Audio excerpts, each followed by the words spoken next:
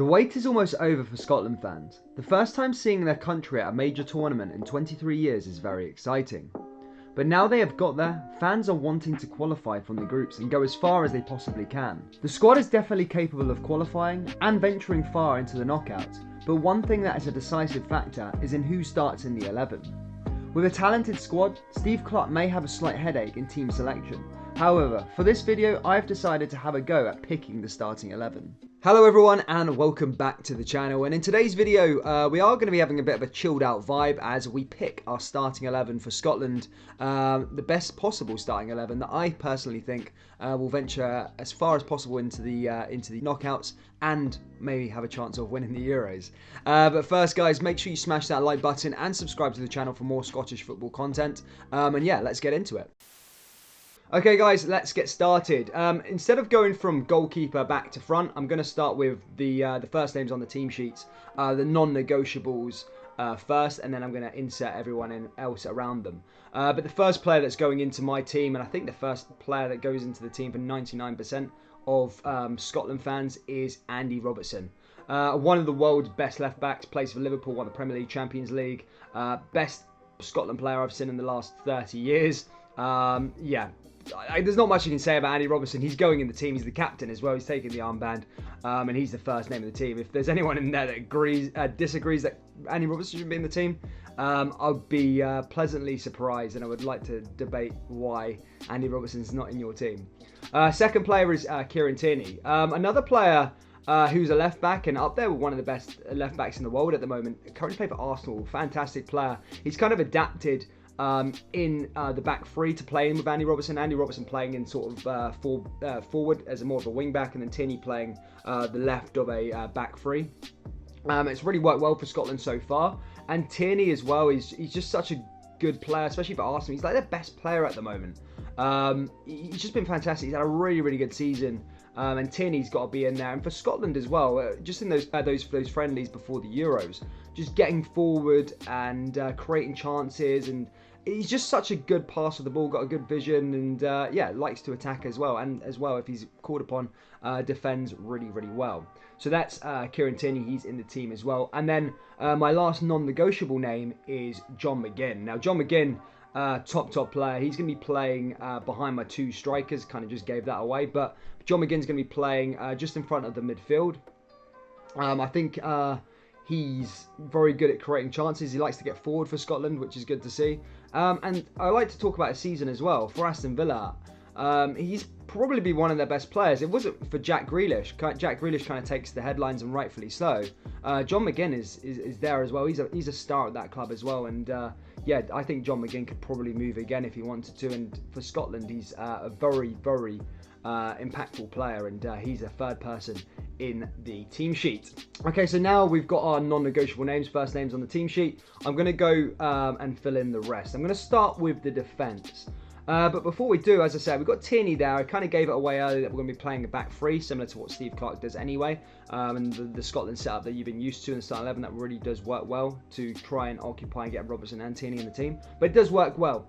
But I also just want to say the defence is kind of, as I said, throughout the team, it's kind of littered with a lot, but the remainder of the defence is kind of like the weak link. Although, having said that, you know, Gallagher, who is my next player in the team, has not put a foot wrong, really, defensively for Scotland. As he just signed for Aberdeen, but for Scotland, he was there part of the whole of the World Cup qualification and getting through against Serbia and stuff like that. And he's probably the best defender that's there, and he's going to be playing in the middle, next to Tierney in the back three. The other defender is Hanley. Hanley, again, another player who's been pretty instrumental at the back for Scotland during the qualifiers and beating Serbia and stuff like that, is Hanley. Hanley's another defender that works well in that back three. And yeah, that's my back three there. Okay, now moving on to midfield, I'm going to go... So we've got Robertson there, as you said, as a left wing back. I'm going to go with... in the other side, I'm going to go do my two central midfielders. I'm going to play... the first one's going to be Scott McTominay. Scott McTominay is very, very good. As a central defensive midfielder, kind of sits back ever so slightly. He can kind of protect that defence as well as create chances going forward. But for the teams in the groups that Scotland are going to play, he's going to be more used as a... probably going to sit back ever so slightly and kind of protect them and get the ball away. And I think Scott McTominay is probably the best option for that. Looks like a top player, especially for Man United this season and for Scotland. Again, not put a foot wrong. And I think he's the best option there for Scotland. This is the kind of one that's maybe a bit controversial. Out of the two, it's Gilmour or Callum McGregor. And I'm going to go with Billy Gilmour. And the reason why I've gone with Billy Gilmour is when he came on for Scotland, he came on for 20 minutes the other day there. I think in the last qualifying, he went off with his head injury, the last friendly, should I say, sorry. And he just grabbed the ball by the scruff of the neck and just... He could have scored 2 goals within the 20 minutes he was playing. He was just so good, just getting past players. And I know it's against Luxembourg. With 10 men. But this boy does it for Chelsea all the time. And even from a defensive point of view, like as more of a, if he needs to sit back, he'll tackle. He does everything. And Gilmour's a great player. And I'm a big fan of Callum McGregor as well. But for me, this season, he has been subpar. It's not been the best. I know he's played in a bit of a poor Celtic side, but he hasn't been the best this season. And I think a Scotland team should be picked on form. And Callum McGregor, I just think Billy Gilmour has been better than Callum McGregor, and especially in the Scotland team, he's done a bit more from the time he's been playing. And I think I've got to go with Billy Gilmour. Having said that, having Callum McGregor on the bench is a good to bring him on, and for the later on if you need to rest in midfield, Callum McGregor is definitely not a bad second option. Now moving on to that right back, and that kind of right wing back, and I made a bit of a point the other day there. It was obviously between Stephen O'Donnell and Nathan Patterson. It is a bit of a headache, and the more I think about it, the more I go with Nathan Patterson, and the reason why is I just think he's a better player, and I think you should go with better players. Even though I did say Stephen O'Donnell probably deserved to start the first game because he kind of got them there to the tournament, but as people corrected me in the comments, football's not about sentimental values. It's about who's in form and who's the better player. This is Scotland's chance to qualify into the knockouts, and they need to go with a better player. And I think Nathan Patterson has proved it for Rangers in the big competitions as well as the Europa League and in the league, that he's better. And when he came on for Scotland, he was creating chances down that right hand side. And as I've been reminding you guys, I know it's different to the friendlies against Luxembourg. The group games aren't going to be like that. They're going to be a bit more. They're going to be playing against England, Croatia, who are going to have a lot more of the ball. So maybe from a defensive point of view, Stephen O'Donnell would be the best option. But the first game is against Czech Republic, and I think Scotland will be more of an attacking vibe. Maybe put Patterson on. I think both of them can be used, but I'm starting Nathan Patterson because he's the better player. And yeah, we're going to take it from there. Right, I'm going to go with the goalkeeper next. And this one's quite easy. I say easy. It's obviously going to be David Marshall. Not put a foot wrong. Made some great saves through the qualifications. Has been Scotland's #1 for the whole thing. And yeah, he's going to be in there. I'm going to give a little shout out to John McLaughlin. He's definitely a good second option.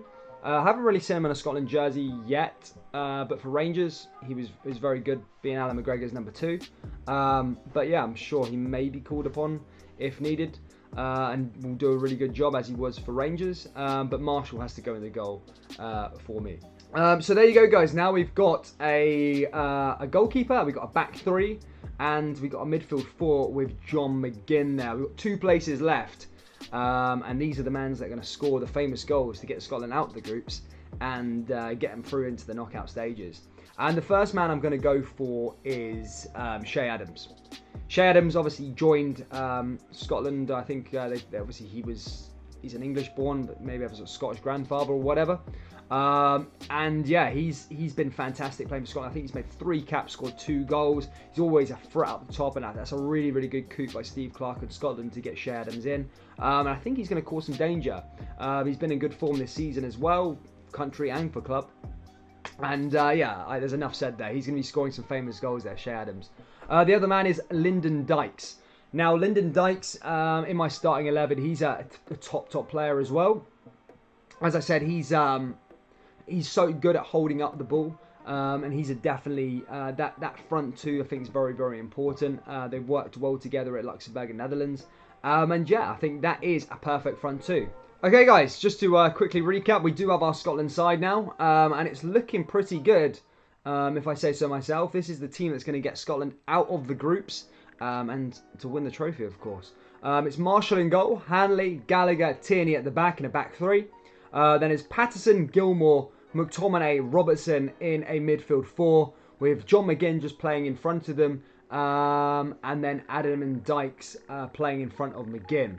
I just want to give a quick shout out to the bench as well. There's a lot of good players coming on, and I'm sure Steve Clarke will rotate it. But, you know, look, the likes of Callum McGregor's coming in that midfield. When needed, be some more legs in there.